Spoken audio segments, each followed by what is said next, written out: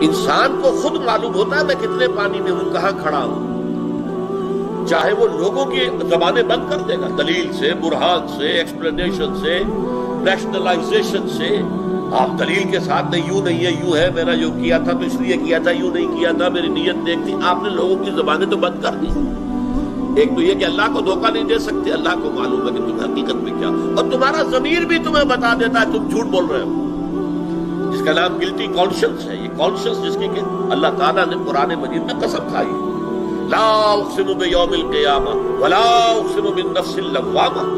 یہ جو اندر سے ملامت ہوتی ہے انسان کو، دیکھو تم غلط کر رہے ہو، تم ظلم کر رہے ہو، تمہیں نہیں کرنا چاہیے، لیکن انسان جو ہے وہ ڈٹائی کے ساتھ وہ اپنے ضمیر کی آواز کو دبا کر غلط کام کرتا ہے۔ اس اعتبار سے وہ جو حمل وہ اپنے آگے بھیج چکے ہیں، جو کرتوت ان کے جا کے جمع ہو چکے ہیں، جو اللہ تعالیٰ کی الکتاب ووضع الکتاب جیسے سورہ کہف میں کہا گیا، جب وہ اعمال نامہ کوئی جوائنٹ قسم کا کوئی کمپیوٹر ہوگا جس میں ہر انسان کے لیے وہ ایک بس بٹن دبانے کی دیر ہوگی کہ اس کی پکچر سامنے آ جائے گی، پوری زندگی کی تصویر دیکھ لو بھائی، خود دیکھ لو، ایک ایک لفظ جو بولا تھا وہ سامنے۔ آج تو ہمارے لیے یہ چیزیں ماننا بہت آسان ہو گیا۔ آج سے 200 سال پہلے لوگوں کا ماننا وہ کلیتاً ایمان بالغیب تھا، آج تو ہمارے سامنے ہے۔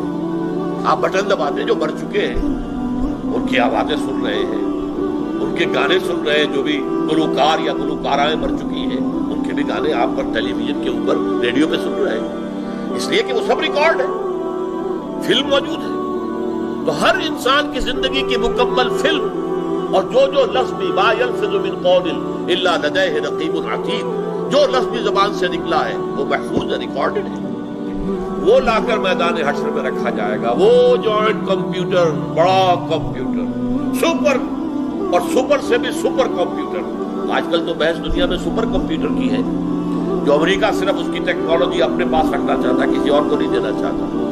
کچھ تھوڑی سی ٹیکنالوجی سپر کمپیوٹر کی اس نے بھارت کو دی ہے، لیکن ہمیں تو پاس بھی پٹکنے نہیں دے گا۔ لیکن یہ ہے کہ اللہ کا وہ سپر سے سپر جو ہے، مہا سپر کمپیوٹر جب رکھا جائے گا، دیکھ لو، اقرا کتابک کفی بنفسک اليوم علیک حسیبا، یہ تمہاری دیکھو کتاب ہے، دوبارہ دیکھ لو، تمہاری پکچر ہے، دیکھ لو۔ تو فرمایا جو کچھ انہوں نے آگے بھیجا ہوا ہے انہیں معلوم ہے، ان کا ضمیر جانتا ہے کہ انہوں نے حرام خوریاں کی ہیں، غلط کام کیے، انہوں نے جھوٹ بولے، انہوں نے اللہ کی کتاب کو چھپایا ہے، انہوں نے فتوے دے کر پیسے حاصل کیے، فتوے بیچے ہیں، خوب جانتا ہے۔ لہذا ان کا ضمیر جو ہے اتنا آلودہ ہے کہ وہ کبھی بھی اللہ سے ملاقات کے آرزو مند نہیں ہو سکتا۔